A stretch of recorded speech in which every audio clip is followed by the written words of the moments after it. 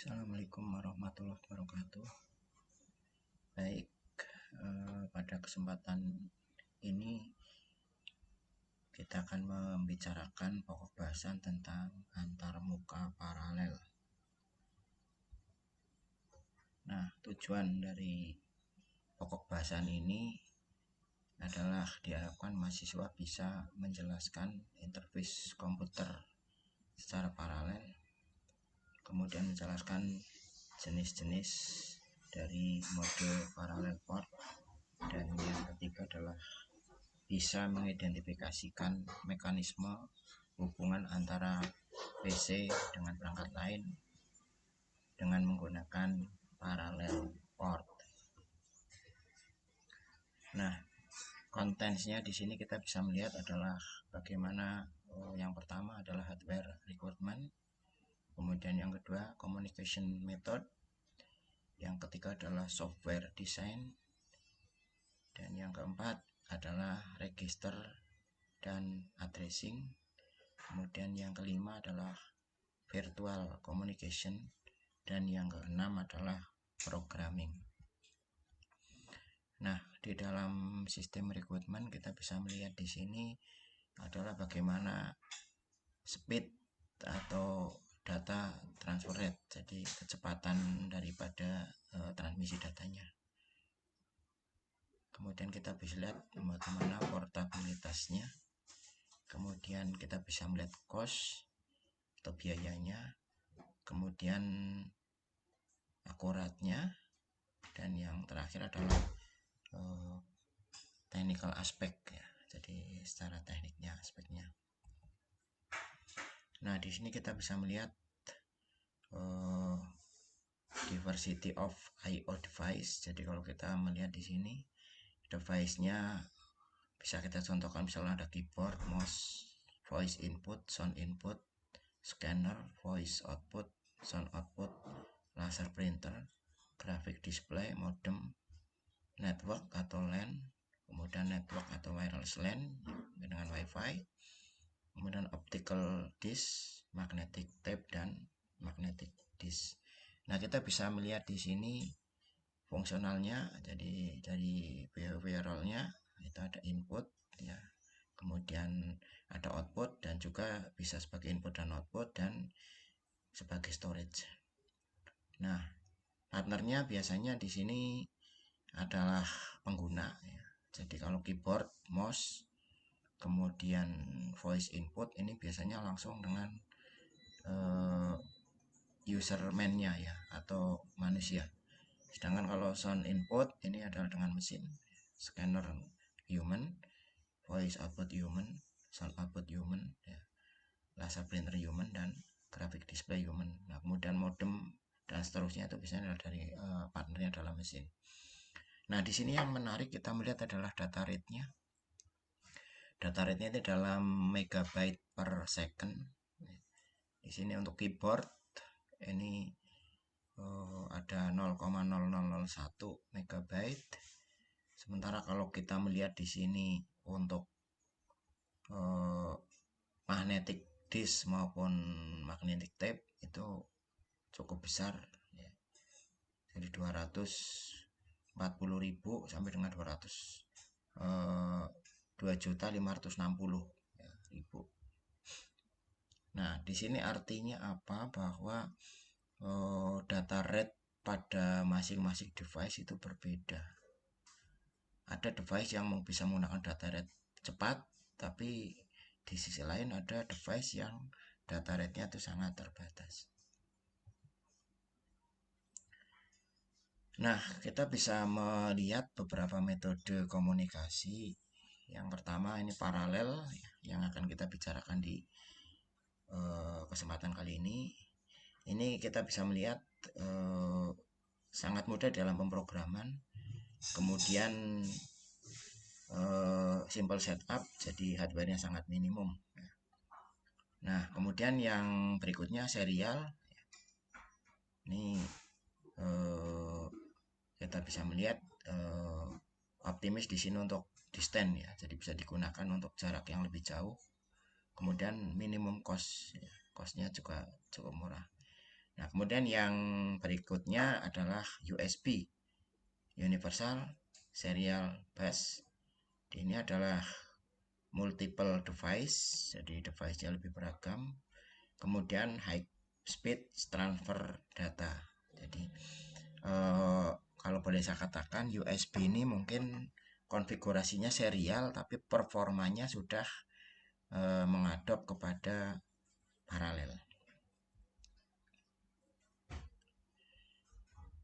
Nah, kita bisa melihat bagaimana komunikasi dan port paralel.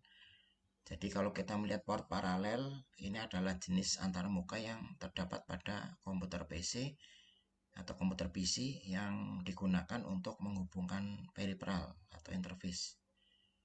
Dalam komputasi, port paralel adalah antarmuka fisik komunikasi paralel yang juga dikenal sebagai port printer atau port sentronic ya. Jadi biasanya dulu itu adalah port LPT ya. Jadi dia port paralel dikenal port LPT. Kemudian di sini port paralel ialah port data di komputer untuk mentransmisi 8 bit data dalam sekali detak atau dalam sekali clock. Jadi artinya data akan berpindah ya dari sisi input ke output itu secara bersama-sama sesuai dengan label jalur datanya. Jadi kalau data 8 bit berarti dia akan ditransmisikan secara serempak ya. Sekali kirim ya dalam satu clock adalah 8 bit ya. Nah, standar port paralel yang baru di sini ialah IEEE 1284 ya, di mana dikeluarkan pada tahun 1994. Nah, standar port paralel sebelumnya atau SSP ini diluncurkan pada tahun 1981 oleh Centronic. Jadi IEEE 1284 ini adalah mengembangkan paralel port sebelumnya ya. Nah, di sini kita bisa melihat gambaran bagaimana konfigurasi ya daripada paralel port ya. Di sini kita bisa melihat adanya CPU, kemudian adanya Noteboard atau di sini memory control hub, kemudian ada shortboard ini sebagai I/O control hub. Nah, kemudian di situ pada layer bawahnya ada Super I/O dan ada flash ROM. Nah, pada masing-masing tingkatan ini kita bisa melihat bagaimana untuk memory control hub ya. Di sini adalah akan menghubungkan dari grafik card slot ya dengan high speed grafik bus ya, yaitu AGP atau PCI Express ya. Kemudian dia akan menghubungkan ke dengan memori bus, ini akan masuk ke dalam memori slot. Nah, pada tingkat di bawahnya I/O control hub, di sini kita akan melihat bagaimana PCI slot ya, ini akan terhubung dengan PCI bus, kemudian PCI bus ini akan tersambung secara onboard graphic controller. Nah, ini kemudian akan terjadi suatu komunikasi yaitu dengan IDE, dengan SATA, dengan USB, atau dengan Ethernet, atau dengan audio codec ya, atau dengan CMOS memory. Nah, di sini biasanya dengan cables and port leading of board. Jadi dia secara offboard ya dengan kabel. Nah, kemudian di sini kita bisa melihat Super I/O-nya menjadi single port, parallel port, floppy disk, keyboard dan mouse. Jadi ini seperti itu. Nah, bagaimana di sini untuk penampakan dari soketnya? Kita kenal dulu sebagai port LPT ya, yaitu port DB25 ya, port DB25. Jadi itu soketnya kita bisa melihat atau soket paralel port itu seperti itu. Nah, kemudian kita bisa melihat untuk pin out daripada antarmuka LPT DB25 ya, itu soketnya di situ. Karena kenapa dikatakan LPT DB25? Karena memang soket itu ada 25 pin ya, di mana pin-pinnya sudah dikategorikan di situ. Adanya aktif rendah strobe, ada pin 1, kemudian data ya, 8 bit dari D0 sampai dengan D7 itu dari kaki 2 sampai dengan 9. Kemudian ada ACK itu pin 10, kemudian ada aktif rendah BC kaki 11, kemudian ada paper out ini kaki 12, ada select kaki 13, kemudian ada aktif rendah line fit itu kaki 14, kemudian ada error kaki 15 dan ada reset kaki 16, kemudian ada select printer itu kaki 17, kemudian kaki 18 sampai 25 ini adalah semua ground. Nah, tabel kebenarannya kita bisa melihat di sini masing-masing portnya. Jadi ini kita bisa melihat untuk data ini nanti seperti ini. Kemudian untuk standby ya. Kemudian di sini pada saat standby kemudian aliran data B-nya. Kemudian ada standby, kemudian ada ACK, kemudian ada aliran data ya. Kemudian ada bagaimana ini? Di sini ada suatu transient time untuk standby rendah dan ACK dan bagaimana data ditransmisikan. Nah, secara detail tabelnya kita bisa melihat di sini di B25 ya ada portnya ini ya. Jadi tadi sudah di gambarnya ada. Jadi intinya data itu ada pada kaki 2 sampai dengan kaki 9. Nah, data ini yang dialirkan secara paralel. Sehingga di situ load-nya itu adalah berganti-ganti secara paralel. Kemudian juga ada kontrol-kontrol yang lain. Kemudian di sini ada pin yang fungsinya itu semua adalah ground ya. Jadi kaki 9 apa namanya? Kaki 18 sampai 25. Nah, di sini juga kita bisa mengcompare dengan pin apa namanya? Pada Centronic ya. Jadi di sini ada 1 sampai dengan 30 ya. Dimana di situ fungsi-fungsi hampir sama. Jadi pin 2 sampai dengan pin 9 itu adalah untuk data. Cuma nanti groundnya di sini ada 19 sampai dengan 30. 19 sampai dengan 30. Sedangkan di situ pin 17 ya kalau di DB25 itu pin 17 sebagai select printer, maka di Centronic ini adalah pin 36.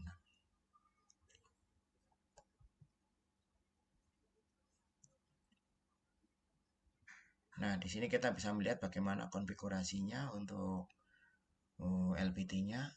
Jadi alamat register, kemudian kita akan melihat juga mode operasinya secara SPP yaitu standar parallel port.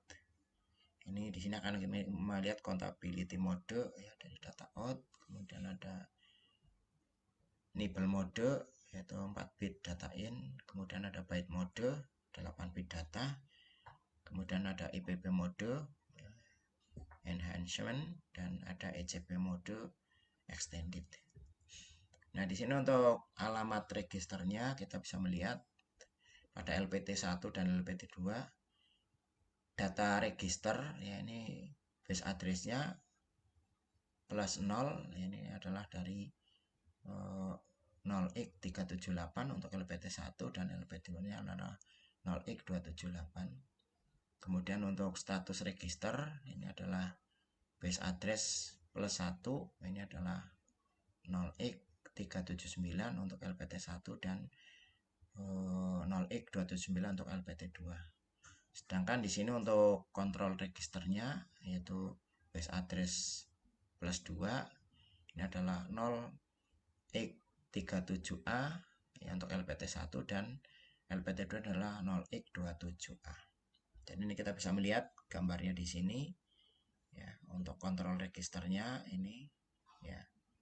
Kemudian ada status registernya. Jadi ini kemudian adalah data registernya.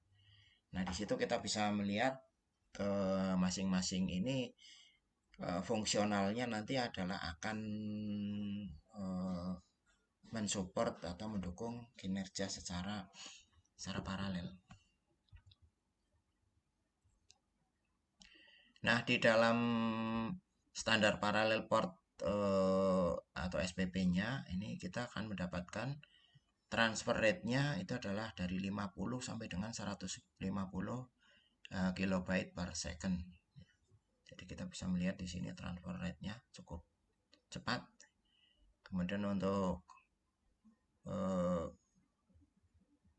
standar paralel port daripada Centronic untuk handshake-nya ya. Jadi proses jabat tangan atau penyambungan dari RI ke TX penerima pengirim. Kemudian ada SPP port address, kemudian ada SPP software register. Jadi proses registernya. Nah, di sini kita bisa melihat bagaimana misalkan ini menghubungkan dari PC kemudian ke printer. Jadi ini nanti akan ada strobe, ini statusnya aktif rendah. Kemudian ada aliran data. Nah, karena di sini kita mengontrolnya adalah printer, berarti kan output ya. Tapi kalau printer scanner, maka ini nanti arah panahnya menjadi bolak-balik. Tapi kalau hanya printer aja, ini arahnya satu arah ya, datanya menuju ke printer. Kemudian ada ACK LNG, ini aktif rendah. Ya, ini adalah arahnya menuju ke PC, jadi kontrol dari printer ke PC, PC juga printer ke PC, kemudian PE juga printer ke PC, SLCT juga printer ke PC. Nah, kemudian ada lagi AutoFit XT, ini aktif rendah, ini adalah dari PC ke printer. Kemudian ada aktif rendah error, ini dari printer ke PC. Kemudian ada inisialisasi aktif rendah, ini dari PC ke printer. Kemudian ada SLCT in, ini aktif rendah dari apa komputer atau PC ke printer, dan ada ground. Nah, kalau ground ini nggak ada aliran datanya, jadi dia tidak mempunyai anak panah. Nah, kita bisa melihat di sini untuk enhanced parallel port atau EPP ini mempunyai transfer rate-nya itu lebih tinggi, yaitu dari 500 kilobit per second sampai dengan 2 megabit per second. Bagaimana untuk EPP handshake-nya? Kita bisa melihat di sini ada data write cycle, ada address write cycle, ada data read cycle, ada address write cycle. Kemudian di sini juga kita bisa melihat EPP software register. Nah, untuk detailnya kalian bisa membuka nanti adalah pada laman http://bayonslogic.org ya, /EPP HTML. Nanti kita akan bisa mendapatkan ini ya. Jadi ini adalah gambarannya bagaimana untuk kaki pertama pin ini sebagai fungsi strobe ya pada SPP signal, kemudian ada EPP signal, ini status write, kemudian status in out-nya ini adalah out ya. Nah, fungsinya apa? Ini di sini kita bisa melihat di sini akan kondisi low di sini akan melihat bagaimana proses pengaktifannya.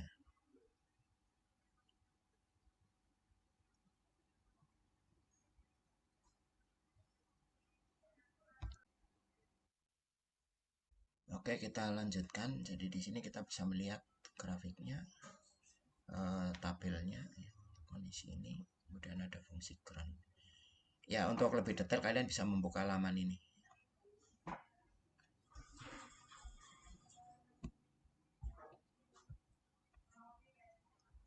Nah, kemudian kita juga bisa melihat bagaimana untuk extended capabilities port ya atau ECP. Kemudian ada DMA enable dan ada Vivo first in first out ya, running encoding atau RLE. Jadi di sini kita bisa melihat ya function-functionnya. Ini silakan kalian nanti baca, pelajari dari fungsional ini sehingga kita nanti akan tahu bagaimana proses interrupt yang diberikan dari kondisi transmisi data secara paralel. Nah, kemudian kita juga akan bisa melihat ya, ini bagaimana untuk ECP handshake. Ya, ECP handshake ini nanti ada ECP forward data cycle, kemudian forward command cycle, kemudian ada ECP reverse data cycle dan ada ECP reverse command cycle. Nah, kemudian di sini juga ada ECP run length encoding atau RLE. Kemudian ada ECP software register, ini nanti dari ECP extended control register. Kemudian ada ECP configuration register A dan ECP configuration register B. Silakan kalian juga bisa melihat lamannya ini ya. Nanti tugas kalian adalah untuk mendefinisikan dari masing-masing ini. Nah, kita bisa melihat gambarannya ini untuk secara perangkat keras interface portnya ya. Ini ada 8 bit input enable modes ya. Jadi kita di sini contoh adalah kita bisa menggunakan IC multiplexing yaitu 74LS157. Jadi ini IC TTL. Dimana IC ini sudah ada apa namanya? Input kontrolnya ya. Jadi ada strobe, ada BC, ada ACK, ada paper out, kemudian ada select ya. Kemudian di sini ada datanya ya. Datanya itu dari karena 8 bit berarti dari D0 sampai dengan D7. Nah, kemudian itu coba dihubungkan nanti 8 bit ini ya digunakan dengan standar paralel port bidirectional operation. Jadi dia berarti operasi pada bidirectional ya. Jadi dua arah.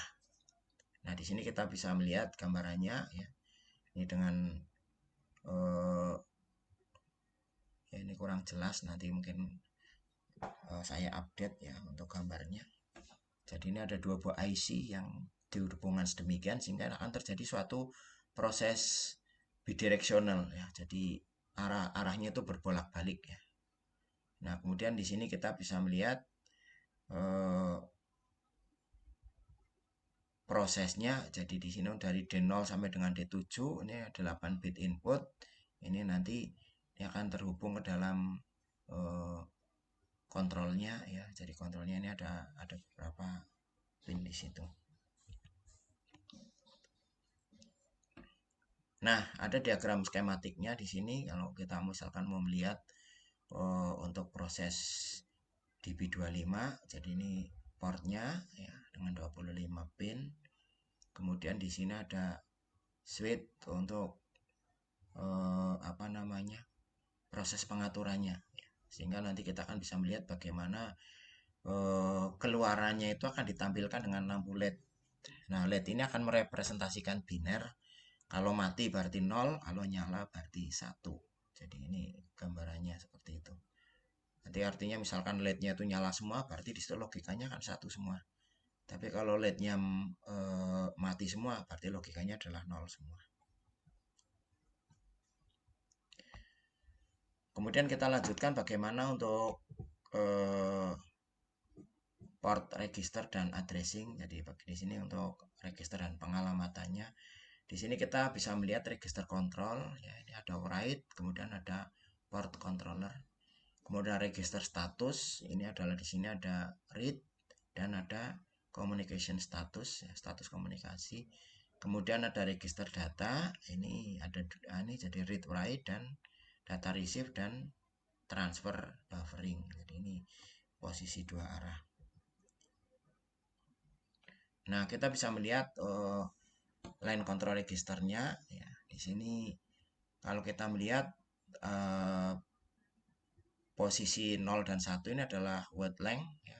Kemudian posisi 2 adalah stop bit, kemudian bit 3 adalah parity enable, bit 4 adalah event or out parity. Kemudian 5 ini adalah stick parity, kemudian yang 6 adalah set break dan yang ketujuh adalah division let's access. Nah, ini nanti juga kalian belum menjabarkan di dalam tugas satu saya fungsi masing-masing ini.